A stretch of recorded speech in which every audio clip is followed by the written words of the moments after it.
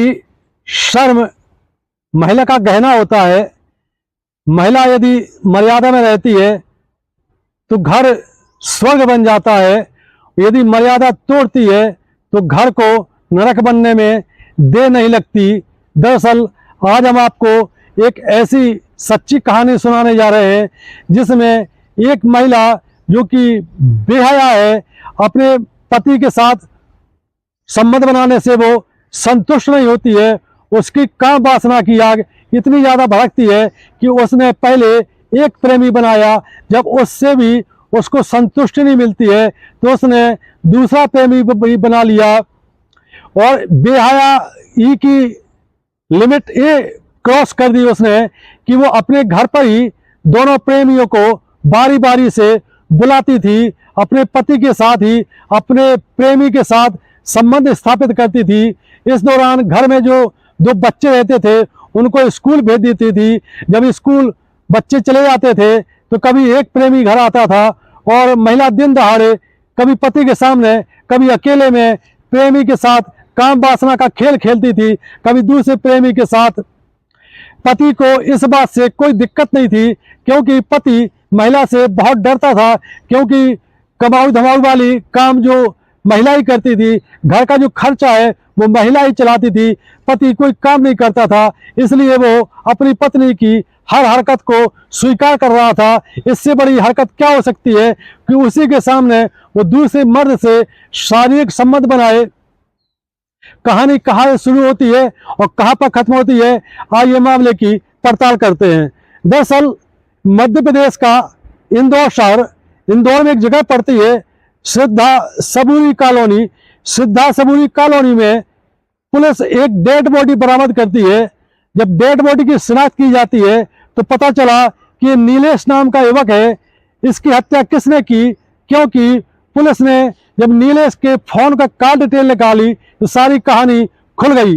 दरअसल श्रद्धा सबूरी कॉलोनी में एक महिला रहती है जिसका नाम है हिना। हिना की उम्र 35 साल है, दो बच्चे हैं, पति की उम्र लगभग 40 साल है। हिना की जो शारीरिक आवश्यकता है वो पति से पूरी नहीं हो पाती है, क्योंकि ये अन्य घरों में काम करके, घरेलू काम करके घर का खर्च चलाती है, तो अपने पति को ये दबाए रहती है। पति भी चुपचाप रहता है और अपनी पत्नी के सहारे पर नाचता रहता है। इसी दौरान जब हिना को लगता है कि उसकी शारीरिक आवश्यकता जो है वो पूरी उसके पति से नहीं हो पा रही है, तो उसकी दोस्ती एक नीलेश नाम के युवक से हो जाती है। नीलेश की पत्नी का देहांत हो चुका है कोरोना काल में। नीलेश अकेला रहता है, हल्का फुल्का काम करता है और वो हिना से प्रेम करने लगता है। प्रेम करने के बाद नीलेश और हिना के बीच अवैध संबंध स्थापित हो जाते हैं। अब हिना नीलेश को अपने घर बुलाने लगती है और जब बच्चे स्कूल जाते हैं तो हिना अपने प्रेमी नीलेश को बुलाती है और दिन दहाड़े एक कमरा किराए से लिए हुए है, वहीं पर शारीरिक संबंध बनाते हैं, काम वासना का खेल खेलते हैं।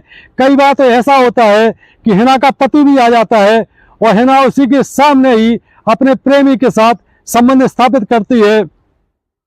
बात ऐसे ही बढ़ती जाती है। इसके बाद हिना के जीवन में एक और व्यक्ति की एंट्री होती है जिसका नाम है पवन। पवन से हिना को वो सब कुछ मिलने लगा जो कि उसके पति से नहीं मिल रहा था और पहले प्रेमी नीलेश से नहीं मिल रहा था। पवन चूंकि आर्थिक रूप से संपन्न था, तो आर्थिक रूप से संपन्न होने के कारण वो हिना को समय समय पर आर्थिक रूप से मदद भी करता था। अब हिना पवन पर ज़्यादा फिदा हो जाती है और पवन को ज़्यादा लिफ्ट मारती है, लेकिन नीलेश भी समय समय पर हिना से मिलने आता है और हिना के साथ काम वासना का खेल खेलता है। अब जो हिना है कभी अपने पति के साथ काम वासना का खेल खेलती है और जब पूर्ति नहीं होती है तो पहले प्रेमी नीलेश को बुलाती है, उससे काम वासना की पूर्ति कराती है और जब मौका मिलता है तो नया प्रेमी पवन को भी बुलाती है अपने घर पर और उसके साथ काम वासना का खेल खेलती है।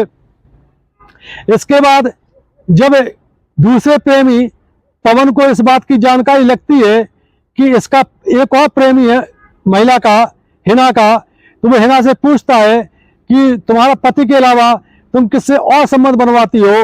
तो उसने खुले रूप से बता दिया कि एक नीलेश नाम का व्यक्ति है, वो मेरा पहला प्रेमी है, उसके साथ मैं कई साल से रिलेशन में हूँ।